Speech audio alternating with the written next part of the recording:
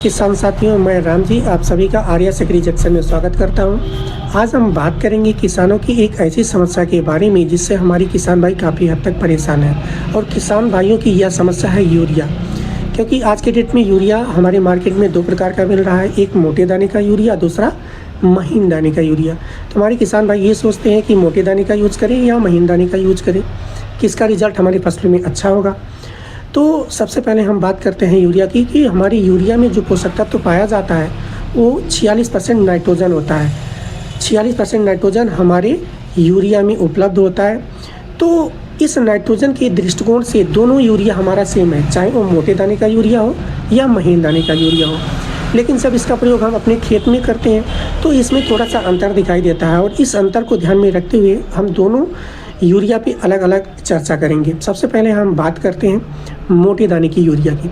तो हमारा जो मोटे दाने का यूरिया होता है, मोटे दाने की यूरिया की जो घुलनशीलता होती है वो काफ़ी कम होती है, स्लो होती है। जब इसका प्रयोग हम अपने खेत में करते हैं तो यह हमारी मिट्टी के साथ धीरे धीरे घुलता है और धीरे धीरे हमारे पौधों को उपलब्ध होता रहता है, मिलता रहता है, जिससे हमारा पौधा धीरे धीरे इसका उपयोग करता रहता है। तो इसके कारण इसका जो नुकसान होता है वो बहुत ही कम होता है और ये ज़्यादा से ज़्यादा मात्रा में हमारे पौधों के द्वारा उपयोग कर लिया जाता है और लंबे समय तक इसका उपयोग हमारा पौधा करता रहता है, जिससे हमारे पौधे कम से कम यूरिया की मात्रा का प्रयोग करके ज़्यादा से ज़्यादा समय तक हरे भरे बने रहते हैं।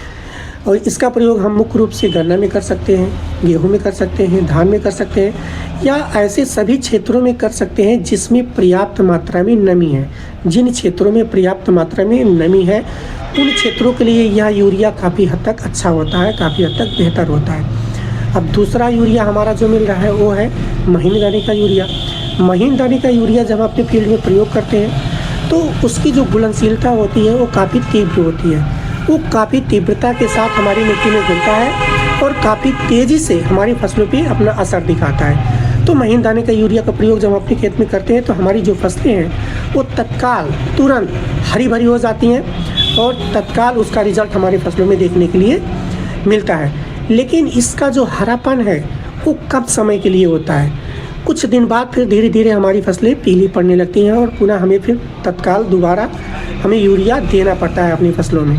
तो ये रिजल्ट महीन दाने का जो यूरिया होता है वो रिजल्ट तुरंत देता है, लेकिन इसका जो समय है वो कम दिनों का होता है, कम समय के लिए हमारी फसलों को हरा भरा रख पाता है। फिर बाद में दोबारा हमें यूरिया देने की आवश्यकता पड़ती है। इसका प्रयोग अधिकतर हम जो है स्प्रे के रूप में करते हैं, क्योंकि हमारे कुछ किसान भाई यूरिया का प्रयोग घोल के रूप में स्प्रे करके करते हैं, तो स्प्रे के लिए काफ़ी अच्छा माना जाता है। इसके अलावा जो हमारी वेजिटेबल्स या सब्जियां हैं, सब्जियों में इसका प्रयोग करते हैं, काफ़ी अच्छा रिजल्ट मिलता है। इसके साथ साथ जो नर्सरी है, नर्सरी में इसका काफ़ी अच्छा रिजल्ट देखने के लिए मिलता है।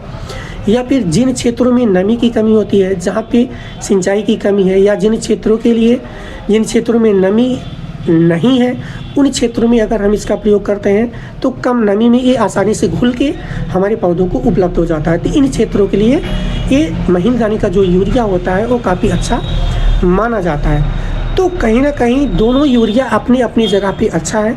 अलग अलग सिचुएशन में दोनों का प्रयोग अलग अलग किया जा सकता है। अब यह डिपेंड करता है हमारे किसान भाई के ऊपर कि हमारे जो किसान भाई हैं वो किस दृष्टिकोण से या किस उद्देश्य की पूर्ति के लिए यूरिया का प्रयोग कर रहे हैं। तो अलग अलग उद्देश्यों की पूर्ति के लिए दोनों यूरिया का प्रयोग अलग अलग सिचुएशन में किया जा सकता है और दोनों यूरिया आपका अच्छा है। दोनों में जो नाइट्रोजन होता है वो सेम पाया जाता है, 46% पाया जाता है। हमारे किसान भाई अपनी आवश्यकता अनुसार दोनों यूरिया का प्रयोग आसानी से कर सकते हैं।